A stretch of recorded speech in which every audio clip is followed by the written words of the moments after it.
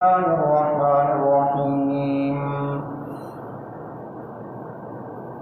قال الله عز وجل في محكم تنزيله: قل إن صلاتي ونسكي ومحياي ومماتي لله رب العالمين. وقال تعالى في مقام آخر: قال يا بني إني أرى في المنام أني أذبحك فانظر ماذا ترى. قال يا أبت افعل ما تؤمر ستجدني إن شاء الله من الصابرين. حمد و ثنا اللہ وحدہ لا شریک کی ذات و برکت کے لیے، اور درود و سلام اللہ کے آخری نبی محمد رسول اللہ صلی اللہ علیہ وآلہ وسلم کی ذات گرامی پر حمد و ثنا اور درود و سلام کے بعد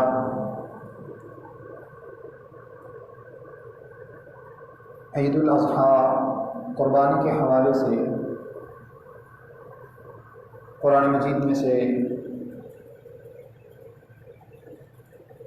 سورۃ الانعام کی ایک آیت کریمہ اور چند آیات کریمہ سورہ صافات کی میں نے آپ کے سامنے تلاوت کی ہیں۔ اللہ رب العزت سے دعا ہے کہ اللہ رب العزت مجھے کتاب و سنت کے مطابق بیان کرنے کی توفیق عطا فرمائے، اور ہم سب کو اپنی زندگی کے جمیع معاملات میں اللہ اور اس کے رسول صلی اللہ علیہ وسلم کی ہدایات کے مطابق رہنمائی لینے اور اسی پر عمل کرنے کی توفیق عطا فرمائے۔ قربانی کا بنیادی فلسفہ جو اللہ رب العزت نے بیان فرمایا،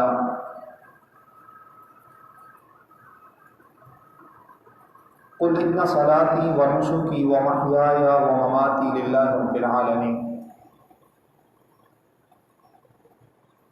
آپ کہہ دیجئے کہ بے شک میری نماز،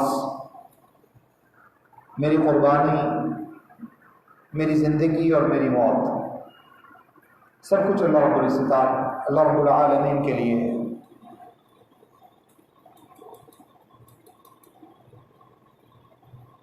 دوسری آیات کریمہ جو قربانی کا ایک مختصر سا پس منظر ہے، سیدنا ابراہیم علیہ السلام کے حوالے سے،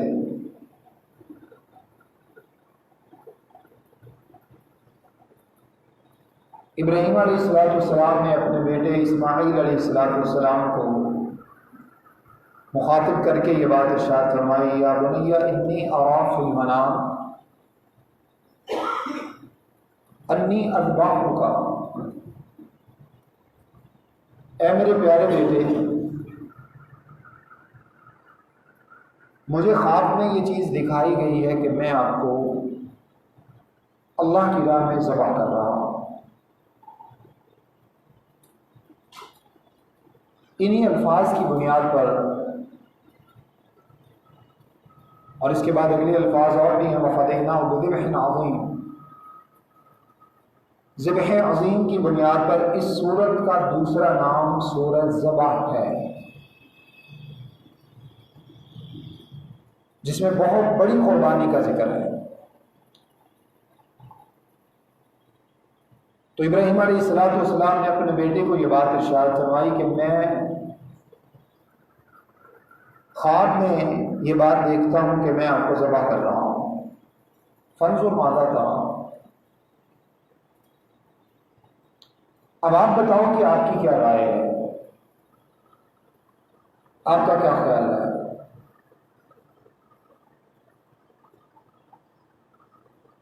اللہ رب العزت نے آگے اسماعیل علیہ السلام کے الفاظ بھی نقل فرمائے: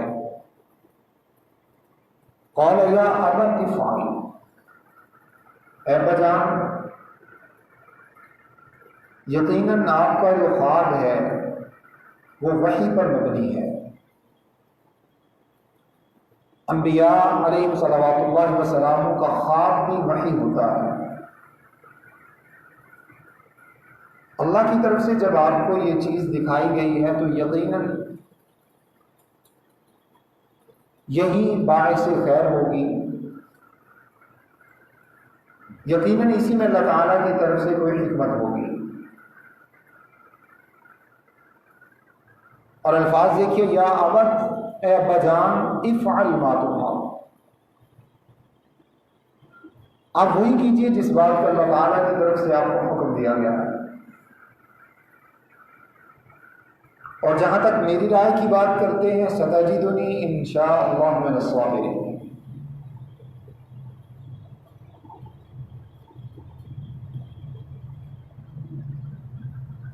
یہ فیضان نظر تھا یا کہ وقت کی کرامت تھی، سکھائے کس نے اسماعیل کو آداب فرزندی؟ کہا میری کیا رائے ہوتی ہے، اگر اللہ کا حکم ہے تو آپ کر گزریے،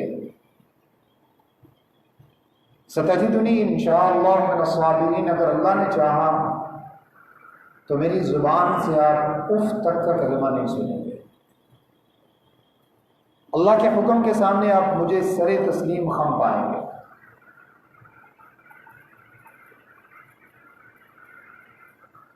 یہ فلسفہ جو اللہ رب العزت نے قرآن مجید میں بیان فرمایا ہے، ابراہیم علیہ السلام اور اسماعیل علیہ السلام کے اس مکالمہ، اللہ کی طرف سے تقاضا اور اس پر اپنا سب کچھ قربان کر دینے کا جذبہ، تمام عبادات کا اور مجموعی طور پر پوری شریعت کا یہ فلسفہ ہے۔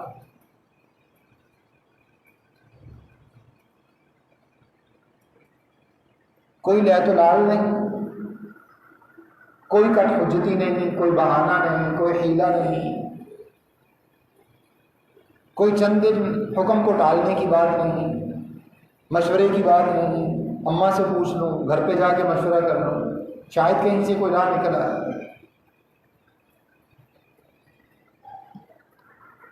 میرے اور آپ کے سمجھنے کی جو بات ہے، یقیناً آپ لوگوں کو آج کے دن قربانی کے بہت سے مسائل کی ضرورت ہوگی، ان مسائل کے مطابق ہی قربانی ادا کی جانی چاہیے۔ پچھلے خطبہ جمعہ میں ایک چھوٹی سی بات میں نے آپ کے سامنے ایک اصول کے طور پر رکھی تھی کہ جب بھی کوئی نیک عمل آپ کرنے کی کوشش کریں، ایک اصول یاد رکھ لیجئے، وہ اللہ کے رسول صلی اللہ علیہ وسلم کے طریقے سے ہٹا ہوا نہیں ہونا چاہیے۔ اگر اس کے مطابق ہے تو انشاءاللہ اللہ کی بارگاہ میں قبول ہے،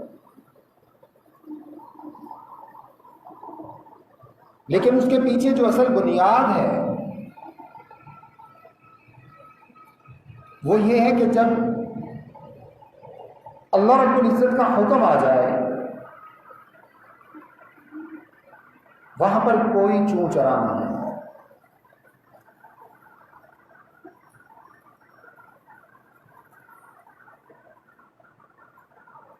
اللہ کے حکم کے سامنے مجھے اور آپ کو، ہم سب کو، جو چیزیں اللہ تعالیٰ کے حکم کی بجا آوری میں رکاوٹ بنتی ہیں، آرام پسندی، مال و دولت کی محبت، رشتوں کی محبت، رشتہ داروں کی محبت، ہماری سستی اور کاہلی،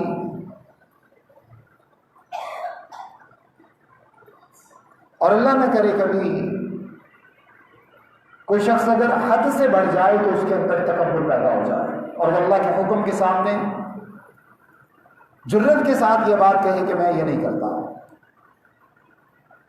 آج کل تو خیر اس طرح کے معاملات بھی دیکھنے کو ملتے ہیں، اور ہمیشہ اللہ سے دعا کیا کریں کہ اللہ رب العزت ہمیں اس طرح کے عقیدہ سے، اس طرح کے ایمان سے اللہ تعالیٰ ہمیں محفوظ رکھے۔ یہ ساری رکاوٹیں، یہ سارے معاملات نماز پڑھنے میں اللہ رب العزت نے ہم سے جان دینے کا تقاضا نہیں کیا، کسی بھی جگہ پر اللہ رب العزت نے ہم سے اتنی بڑی قربانی نہیں مانگی جتنی بڑی قربانی ابراہیم علیہ السلام سے تقاضا کیا۔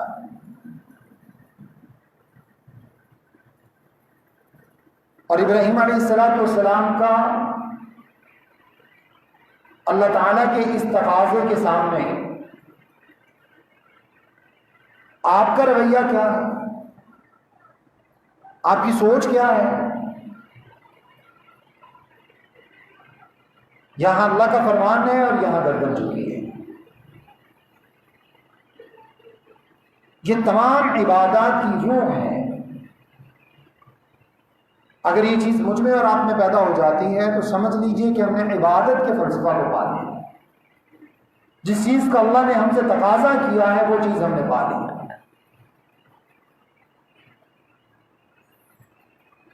کائنات کے اندر، پوری دنیا کے اندر زندگی گزارنے کا بہترین اصول اللہ رب العزت نے قرآن مجید کی آیت ہم اکثر سنتے ہیں، وَمَا خَلَقْتُ الْجِنَّ وَالْإِنسَ إِلَّا لِيَعْبُدُونِ۔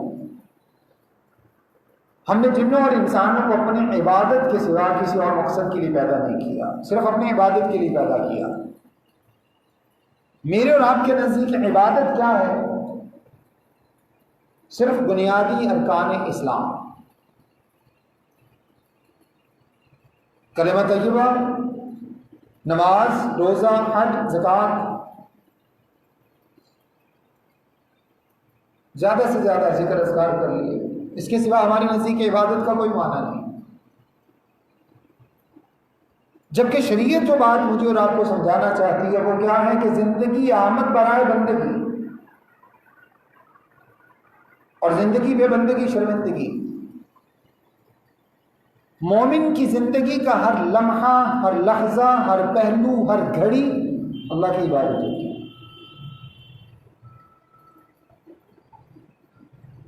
وہ کسی سے کاروبار بھی کرتا ہے تو اللہ کی فرمانبرداری کے علاوہ نہیں کرتا،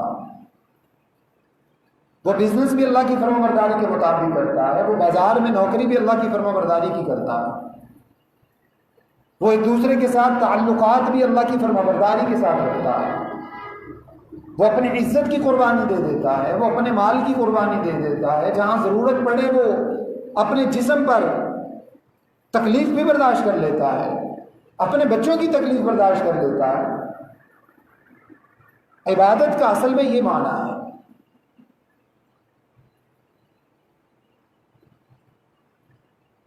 آج ہماری مجموعی زندگی کے اندر تبدیلی کیوں پیدا نہیں ہوتی؟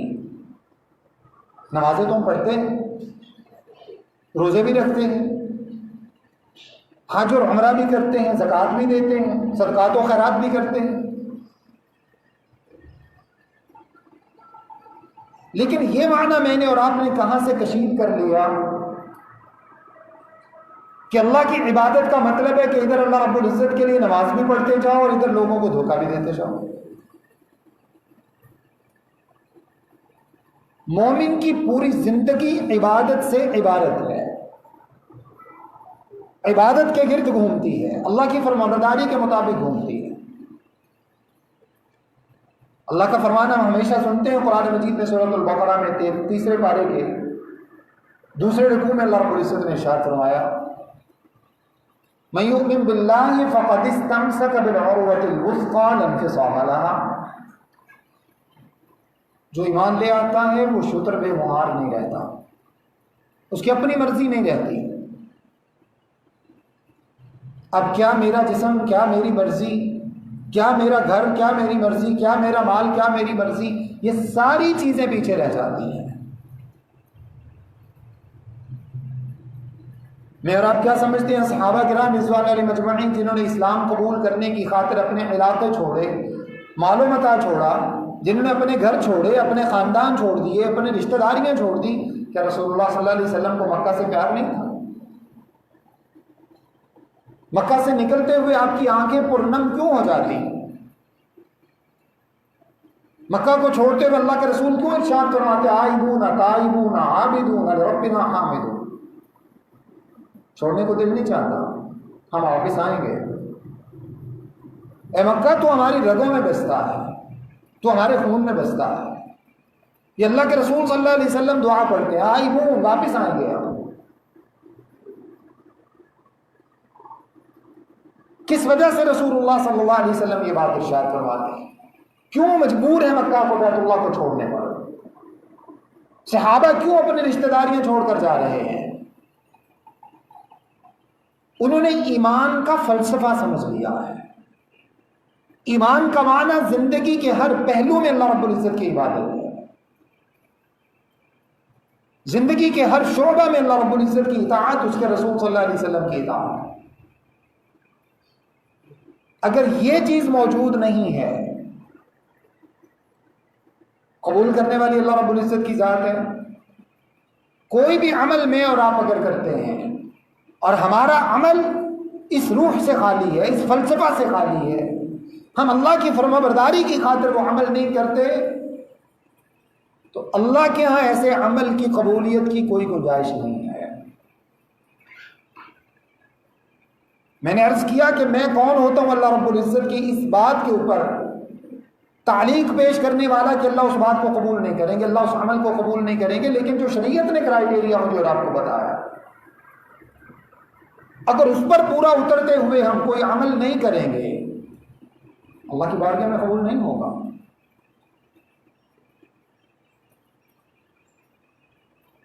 جن لوگوں کو اللہ رب العزت نے ایمان لانے کی توفیق عطا فرمائی، ان کو اللہ نے حکم کس بات کا دیا؟ وَمَا أُمِرُوا إِلَّا لِيَعْبُدُوا اللَّهَ مُخْلِصِينَ لَهُ الدِّينَ.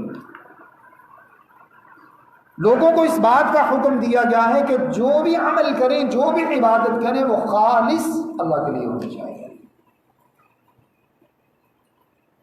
اگر اللہ کے لیے نہیں ہے، وہ گائے گلی محلے کے لیے آئی ہے، وہ رشتہ داروں کے منہ پہ تمانچہ مارنے کے لیے آئی ہے، ہمسایوں کو دکھانے کے لیے آئی ہے، سامنے والوں سے اپنی گائے بڑی ثابت کرنے کے لیے آئی ہے، تو مجھے اور آپ کو اپنے ان اعمال پہ غور کرنا ہوگا. اللہ کو یہ گائے نہیں چاہیے. ہماری وہ عبادت، ہمارا زندگی کا ہر وہ عمل جو ہم اس لیے کرتے ہیں تاکہ لوگ ہمیں اچھا سمجھیں، تاکہ لوگ ہمیں سخی کہیں، لوگ ہمیں صدقہ خیرات کرنے والا کہیں، لوگ ہمیں بڑا بہادر سمجھیں، اللہ کے ایسے اعمال کی کوئی گنجائش نہیں ہے.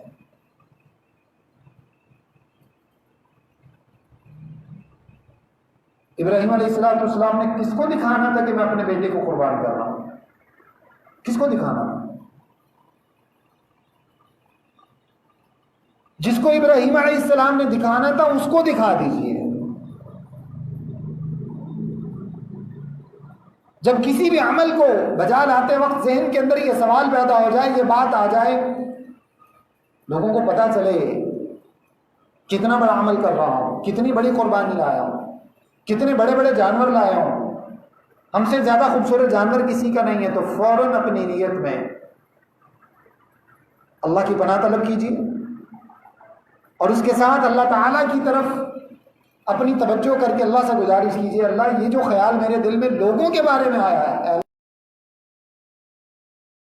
اللہ تیرے لیے ہو جائے. اور جب کاروبار کرنے لگے اس میں اگر کبھی دل کے اندر آ جائے نا کہ معاملہ کچھ ٹھیک نہیں لگ رہا، تو اللہ سے پناہ طلب کر کے اس روپے پیسے کو وہیں چھوڑ دیجیے. پوری دنیا میں مسلمانوں کی سب سے زیادہ تعداد ہونے کے باوجود ہمارے جو اعمال ٹھیک نہیں ہیں، ہم ظلم و جبر کا جو شکار ہیں، اس کا بنیادی سبب یہ ہے کہ ہم نے چند عبادات، آسان لفظوں میں یوں سمجھ لیجئے کہ ہم نیک ہونا نہیں چاہتے، نیک نظر آنا چاہتے ہیں. نیک ہونا نہیں چاہتے. اگر ہم نیک ہونا چاہتے تو ہماری تنہائیاں، ہماری خلوتیں ہماری جلوتوں کی طرح بات ہو جاتی ہیں. ہمارا ظاہر تو ٹھیک ہے، ظاہر میں تو ہم لوگوں کے سامنے بہت اچھا بننے کی کوشش کرتے ہیں، اپنے آپ کو بہت اچھا دکھاتے ہیں، لیکن باطن کیا ہے اللہ کو تو پتہ ہی ہے، وہ مجھے اور آپ کو بھی پتہ ہے. اس باطن کو ٹھیک کر لیجئے. زندگی کا ہر عمل جو اللہ اور اس کے رسول صلی اللہ علیہ وسلم کے حکم کے مطابق ہوگا وہ اللہ کی اپنی بارگاہ میں قبول فرما لیں گے. اور اگر یہ باطن ٹھیک نہیں ہوا تو معذرت کے ساتھ مجھے بتائیے، آپ لوگ بھی مجھ سے بہتر سمجھتے ہوں گے، منافقین کے بارے میں آپ نے سنا ہے، کیا منافقین نمازیں نہیں پڑھتے تھے؟ کیا منافقین اللہ کے رسول صلی اللہ علیہ وسلم کے پیچھے آپ صلی اللہ علیہ وسلم کی اقتداء میں نمازیں نہیں پڑھتے تھے؟ وہ آپ کی اقتداء میں نمازیں بھی پڑھتے تھے، آپ کے ساتھ وہ کبھی کبھی جہاد میں بھی شریک ہوتے تھے، کبھی ڈنڈی مار جاتے تھے۔ نتیجہ کیا ہے؟ نبی صلی اللہ علیہ وسلم کے ساتھ آپ کی اقتداء میں آپ کے پیچھے کھڑے ہو کر نمازیں پڑھنے والے، آپ کی سپہ سالاری میں آپ صلی اللہ علیہ وسلم کی جس لشکر کے آپ جرنیل ہیں اس لشکر کے اندر اسلام کی خاطر لڑنے والے۔ اللہ فرماتے ہیں ان المنافقین فی الدرک الاسفل من النار، جہنم کے سب سے نچلے گڑھے میں۔ اس سے بڑی کوئی اور سعادت ہو سکتی ہے؟ مکہ میں نماز پڑھنا تو بڑی دور کی بات، مدینہ میں نماز پڑھنا تو بڑی دور کی بات، اللہ کے رسول کے اقتداء میں نماز پڑھنے والے جہنم کے سب سے نچلے گڑھے میں ہیں۔ کیوں؟ ظاہر کچھ اور ہے، باطن کچھ اور ہے۔ تو آپ کیا سمجھتے ہیں کہ اگر ہم اسی طرح کا کوئی عمل کریں گے جس میں مقصد اللہ کی رضا نہیں ہوگی؟ اللہ رب العزت نے فرمایا والراسخون فی العلم یقولون آمنا به کل من عند ربنا، جن کو اللہ رب العزت نے علم کے اندر رسوخ عطا فرمایا ہے، صحیح قرآن و سنت کا علم اللہ رب العزت نے جن کو عطا فرمایا، وہ کیا کرتے ہیں؟ صرف ایمان کی بات کرتے ہیں۔ جہاں اللہ کا حکم آ جاتا ہے وہاں پر ان کی ہر چیز ختم ہو جاتی ہے، وہ اپنے آپ کو جھکا دیتے ہیں۔ مسائل انشاءاللہ علماء آپ کے پاس موجود ہوتے ہیں، آپ ان سے مسائل قربانی سنتے رہتے ہیں۔ ایک الجھن جو آج کل ہمارے معاشرے میں پھیل رہی ہے، جو روز بروز بڑھتی جا رہی ہے، اور ہم ایک ایسی چیزوں کا شکار ہوتے ایک ذرا تعامل نہیں کرتے۔ جو قربانی پر جو اتنا پیسہ خرچ کیا جاتا ہے، بہت سے غریب لوگ بیچارے کھانا نہیں کھا سکتے، ان کو دال میسر نہیں ہے، ان کو سبزی میسر نہیں ہے، آپ ان کو گوشت کھلانے کی بات کرتے ہیں۔ بہتر ہے کہ ان کو قربانی کے پیسے دے دیے جائیں تاکہ ان کے 6 مہینے گزر جائیں۔ تو پھر اللہ کا حکم تو کوئی معنی نہیں رکھتا، اللہ کا حکم تو پھر کوئی معنی نہیں رکھتا۔ اللہ رب العزت نے ارشاد فرمایا انا اعطیناک الکوثر، ہم نے آپ کو ایک تو حوض کوثر عطا فرمایا ہے، ہم نے آپ کو ہر چیز میں کثرت اور برکت عطا فرما دی ہے۔ فصلی لربک وانحر، اپنے رب کے لیے نماز پڑھیے اور اپنے رب کے لیے قربانی کیجیے۔ اللہ کو نہیں پتا کہ لوگ بھوکے مر رہے ہیں، ان کو دال کی ضرورت ہے، ان کو سبزیوں کی ضرورت ہے؟ اللہ اس بات کو نہیں جانتے؟ جب جانور قربان کیا جاتا ہے تو اللہ رب العزت کو اس بات کا علم نہیں۔ اللہ رب العزت نے یہ جو الفاظ میں آپ کے سامنے ادا کر رہا ہوں کہ کیا اللہ نہیں جانتا، کہ اللہ کو نہیں پتا، یہ انداز اللہ نے قرآن میں ارشاد فرمایا ہے۔ هل تنبئون اللہ بما لا يعلم في السماوات ولا في الارض، کہ اللہ کو وہ خبر دینا چاہتے ہو جو اللہ نہیں جانتا؟ تم اللہ کی اصلاح کرنے چلے، تم اللہ کو بتانا چاہتے ہو کہ قربانی نہیں ہونی چاہیے تھی، لوگوں کو دال سبزی کی ضرورت ہے۔ عقلی فلسفہ، عقل کے گھوڑے اللہ کے احکام کے سامنے پوری دنیا کے اندر کھیل تماشے کے نام پر بے شمار جانوروں کو ذبح کر دیا جاتا ہے، بے شمار جانوروں کو ذبح کر دیا جاتا ہے۔ وہ انسانوں کا نقصان بھی کرتے ہیں، وہ جانوروں کا نقصان بھی کرتے ہیں۔ کچھ علاقوں میں بطور خاص ہندوستان میں جہاں پر گائے کھائی نہیں جاتی، ویسے تو اندر کی بات آپ لوگ مجھ سے زیادہ بہتر سمجھتے ہوں گے، دنیا میں گائے کے گوشت کا سب سے بڑا ایکسپورٹر ہندوستان ہے، جہاں گائے کھائی نہیں جاتی، خود نہیں کھاتے، اپنے لوگوں کو نہیں کھانے دیتے، اور جتنے بڑے سلاٹر ہاؤس ہیں وہاں پر، جتنے بڑے یہ مذبح خانے ہیں، وہ سب کے سب ہندوؤں کے۔ یاد رکھیے جہاں پر اللہ رسول کی بات نہیں ہوگی وہاں مولویوں کا مذہب اور ہوگا، عوام کا مذہب اور ہوگا۔ جہاں قرآن و سنت کی اتباع ہوگی، جو رسی عام آدمی کے گلے میں لٹکے گی وہی بڑے سے بڑے مذہب کا جو ٹھیکیدار ہوگا اس کے گلے میں بھی وہی رسی لٹکے گی۔ یہ دین کی سب سے بڑی، دین کے خالص ہونے کی سب سے بڑی پہچان ہے۔ وہاں پر عوام کا دین الگ، شرفاء کا دین الگ، امراء کا دین الگ نہیں ہوگا. وہاں جو غریبوں کا دین ہوگا وہی اشرافیہ کا دین ہوگا. اللہ کے رسول صلی اللہ علیہ وسلم فرماتے ہیں لو ان فاطمہ بنت محمد سرقت لقطعت یدها، اور کما قال علیہ الصلوۃ والسلام، اگر فاطمہ بنت محمد بھی چوری کر لیتی تو محمد اس کا ہاتھ بھی کاٹ دیتا. تو خیر بات میں آپ کے سامنے عرض کر رہا تھا کہ وہ ہندوستان، وہاں پر بے شمار گائے، کیونکہ گائے کی ان کی وہاں ہے، پیداوار اس کی بہت زیادہ ہے. اب چونکہ گوشت کھاتے نہیں، اس وجہ سے بے شمار گائے کو ذبح کر کے ان کو کاٹ پیٹ کے پھینک دیا جاتا ہے. وہاں کسی کو ضیاء نظر نہیں آتا. اور اعتراض کرنے والے جنہوں نے یہ کہا کہ قربانی کے گوشت کی جگہ قربانیاں کرنے کے بجائے لوگوں کو دال سبزی کھلا دی جائے، یہ ان کی زیادہ ضرورت ہے. بہت سی بیٹیاں بیٹھی ہیں جن کے ہاتھ پیلے کر دیے جائیں، جن کی شادی بیاہ کر دیے جائیں، جب وہ اپنا 8-8 کروڑ کا بنگلہ بناتے ہیں تب ان کو یہ خیال کیوں نہیں آتا؟ صرف سال کے بعد جب اللہ کے حکم کی فرما برداری بجا آوری کی جا رہی ہوتی ہے تبھی ان کو یہ فلسفہ کیوں نظر آتا ہے؟ جب اتنی بڑی بڑی آسمان کو چھونے والی بلڈنگز بن رہی ہوتی ہیں تو ان کو یہ خیال کیوں نہیں آتا چھوٹی بلڈنگ سے بھی گزارا ہو سکتا ہے؟ ان کو یہ خیال کیوں نہیں آتا کہ 8-10 کروڑ کی ایک گاڑی لینے کی کیا ضرورت ہے؟ 5-10 لاکھ کی گاڑی بھی تو گزارا کر سکتی ہے، اس میں بھی تو 4 افراد ہی بیٹھتے ہیں. کسی برانڈ کی گاڑی لینے کی کیا ضرورت ہے؟ اوپر کے پیسے غریبوں میں بانٹ دیے جائیں.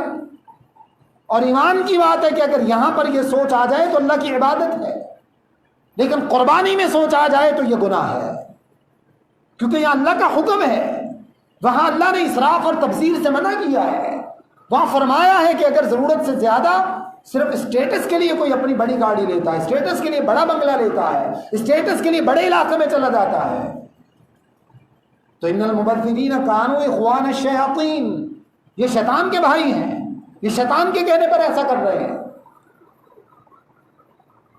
جبکہ قربانی ایک ایسا عمل ہے جیسے حج بیت اللہ جو ظاہری طور پر مطلوب ہے، مقصود ہے شریعت کا، جانور خریدا جائے، لوگوں کے سامنے لایا جائے، اس کی قربانی اللہ کی راہ میں کی جائے تاکہ لوگوں کو پتہ چلے ان صلاتی و نسکی و محیایا و مماتی للہ رب العالمین. آج ایمان والا ایک جانور کا خون بہا رہا ہے، کل اگر اس ایمان والے کو اللہ کا حکم ہوگا تو یہ اپنی جان کا نذرانہ بھی پیش کر دے گا.